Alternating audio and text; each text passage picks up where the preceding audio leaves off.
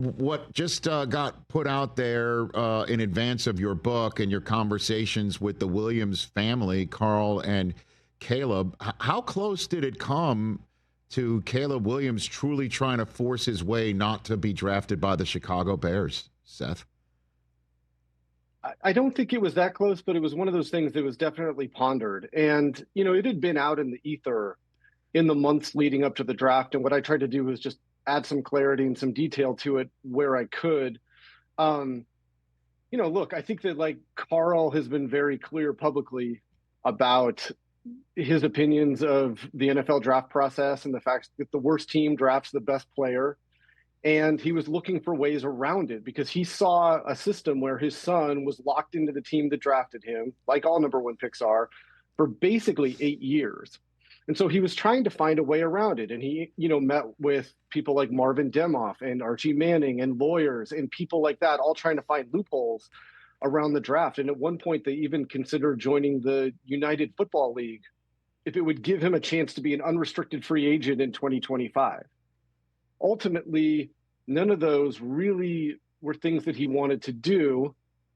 At the Combine, Caleb obviously met with the Bears. He also met with Kevin O'Connell of the Vikings, and they hit it off. And I have a lot of stuff in the book from Kevin about how he coaches quarterbacks and how it's rooted in his autobiography. And they just really took to each other. And at one point, Caleb said, I got to go to the Bears.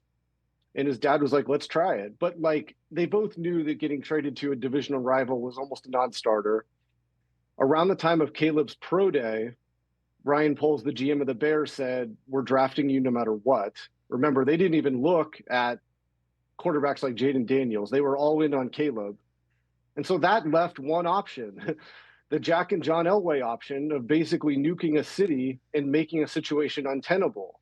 And while I think Carl would have been willing to do it and was willing to take bullets for his son, it wasn't something that Caleb wanted to do. And as he told me when we discussed it, he said, I wasn't ready to nuke Chicago. And that all makes sense. Everything. It makes a lot of sense. From a dad wanting to do well by his son to loving Kevin O'Connell. I mean, anybody who talks football and offense and quarterbacking with him gets it right away. And obviously Caleb got it. And all the way through to having a sense of the setup for him on the coaching side wasn't really to his liking, or there could be something up. So in the limited time I have with you here, Seth, what did happen?